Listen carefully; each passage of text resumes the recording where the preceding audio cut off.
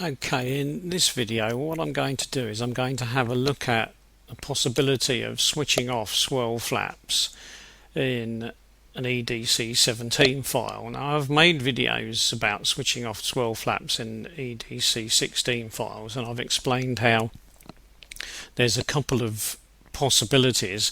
Now again, it's the same more or less with an edc17. There's a couple of possible ways of looking at how you should switch off the flaps, and so what I'm going to do is I'm going to run through these one at a time.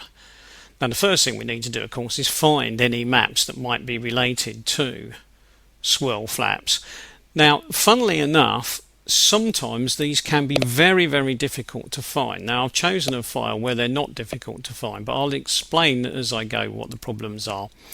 I'm using the VW Tiguan edc17 file. I used this same file when I was looking at error paths. Now I've gone right to the very end of the file simply because otherwise we would be searching the whole file only to find that the flaps are at the end anyway, and they usually are at the end in edc17s. There's information about these swirl flaps scattered throughout the file, but the bit that we're looking for is usually near the end. So what I'll do is I'll just encourage this to jump further along, and here we've got the start of the file as we read backwards, so the end of the file really, isn't it, not the start. But as we come this way, you'll see that what I've done is I've highlighted some blocks in yellow just to make life simpler. Now here, this is the sort of shape that we're looking for. If you've looked at this in edc16, you will remember that there was this series of little bumps like this, and these are the figures that allow for the control of the swirl flaps. So in other words, they are the actuation values. The shape can be misleading, but that's the shape we're looking for. If we look at some bare values, there's some bare values, and if we look at it in 2D, obviously it doesn't show up as much because of the size of these bits here, but then if we look at 3D, in 3D you get more of an idea of what's going on. You can see that basically what you've got is a region that is reasonably flat and then it drops down. So in other words, it's a sort of a duty cycle value that is reasonably high and then comes down and down and down and down and down and then is very low. And you can see that there we are there. The highest value, I'm not sure if this will show on the video, but it's about 78. So we've got values of about 78, and then as we come along here, the figures slowly start to drop down. So that's what we're actually seeing here. It just doesn't look like that because it looks like a series of little peaks. So if you want a clue as to what you're seeing, you just need to look at one of the peaks. In other words, we've got a high value that seems to drop down, and then we've got another high value that seems to drop down. So that's really the shape we're looking for.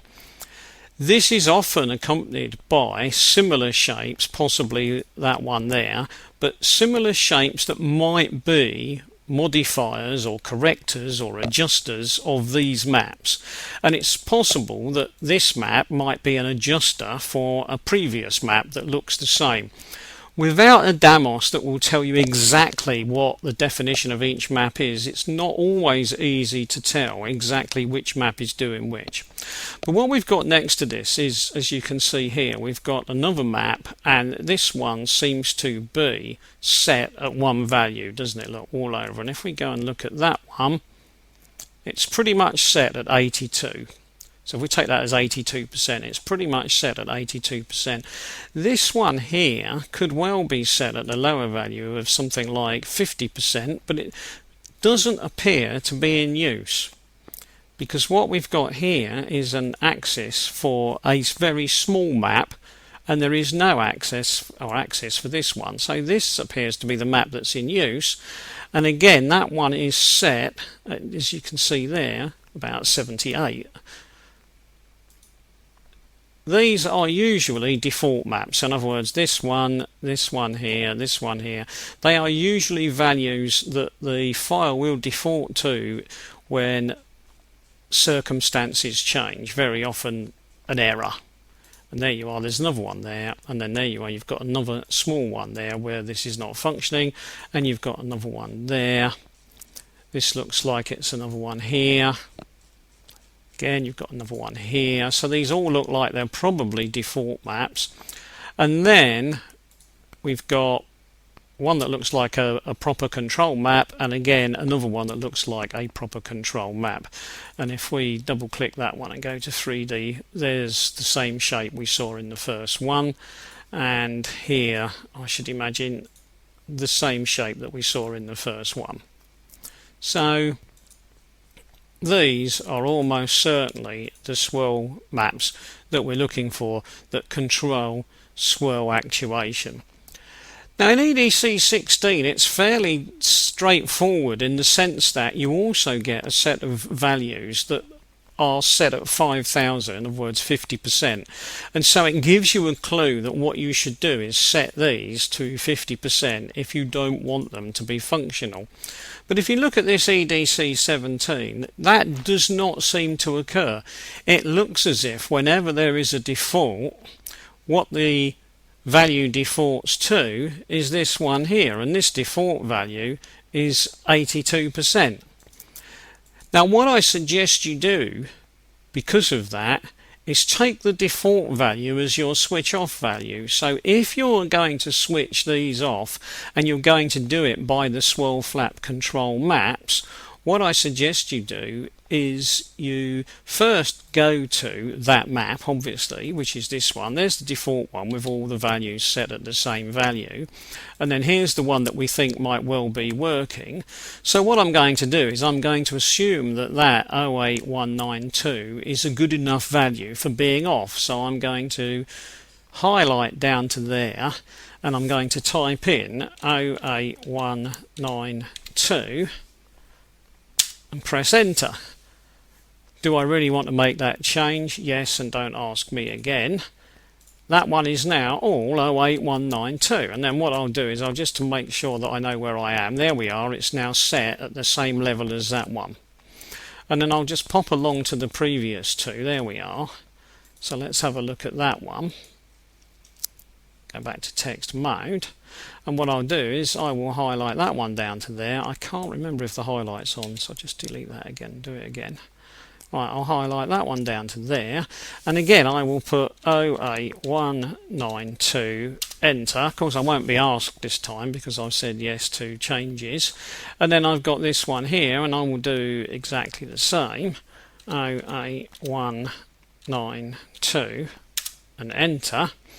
And then I will go and have a look. Now this one of course looks like it's been set at 07782, doesn't it? So what I'll do is I'll just go and check.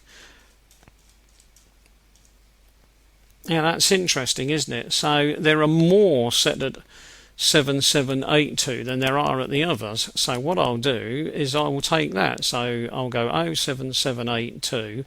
So what I'll do is I'll go back and I'll go 07782 for those, and I'll set them all at that. Ignore the colour change, that's because it was a higher number last time.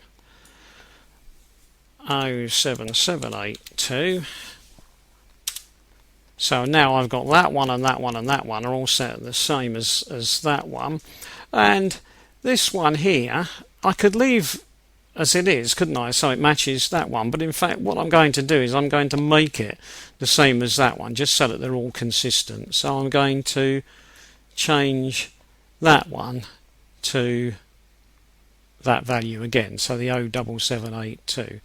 So I'm going to put in there 07782, enter, and then I'm going to go and have a look at, just to check what we did. Right, so there we are, that one's been set slightly down on that one because I've used the previous setting, but then if I go and have a look across here, there we are, I've set that one all at the same level, that one all at the same level, and I'm going to assume now that they're set at the default, and because they're set at the default, and this is why I've done it, with a little bit of luck no errors will flag because the default has already been used as an acceptable value. So what I'm assuming is that if I look at that map and it's 77.8%, I'm assuming that if I set these to the same value, 77.8%, I won't flag any error codes. Whereas if I set these to 0 or if I set them to 100%, I may trigger error codes because I'm outside of the error range.